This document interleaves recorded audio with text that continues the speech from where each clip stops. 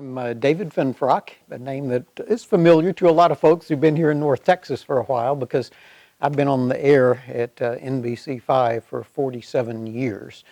My father was a geologist, and we had travels across the country, and we had maps that we would color in each state we went to, and then eventually we got maps where we colored every single county. So it was my father and his geology background that really led me to a love of maps. Way back in high school, I read about Shackleton and Scott and Amundsen and the Antarctic explorations and just became fascinated with the continent of Antarctica.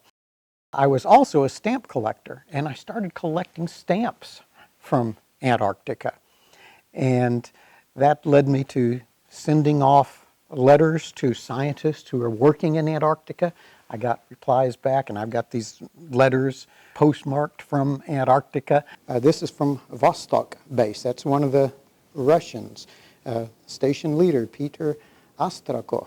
I just followed that dream for years, and finally, my 50th birthday, my wife said, "Why don't you go to Antarctica?" It's something I'd always wanted to do, and I got to take a tourist trip flying from DFW all the way down to Ushuaia at the southern tip of South America, sailing across the Drake Passage and then exploring Antarctica.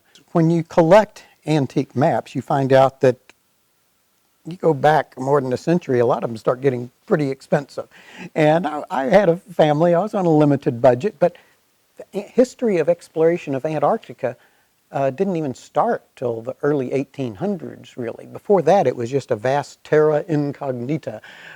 And so the maps are a lot more reasonably priced to get things showing the very first definitions of the continent, and then watching over time as that map gets filled in by successive expeditions. I had mentioned my Antarctic map collection before and had brought a few of them from time to time up for our show and tell at the Texas Map Society meetings. One of the things that spurred me to make my donation of this time was Jack Frankie's donation of African maps. And Ben Huseman told me that they did not have a real African collection. So this was a real godsend for them. They had a very extensive Texas and southwestern North America map collection, but this was new. And he kind of obliquely mentioned to me that, we don't have Antarctic maps either. It was about 150, and that was the maps. And then there was my stamp collection and all of those letters that I had postmarked in Antarctica and sent back to me, along with some personal items from when I was collecting stamps. Even one little bit in what's called the Ice Cap News. This was a newsletter of the American Society of Polar Philatelists, stamp collectors of the polar regions.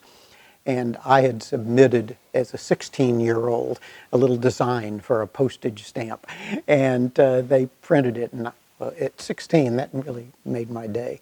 And so little things like that are in the collection as well. But of course, the heart of it is the maps. It's a pretty extensive collection that I was proud to bring together, and even prouder to be able to provide here so that there will be a home for these maps, and scholars and students can benefit from them instead of them just sitting in a drawer in my home.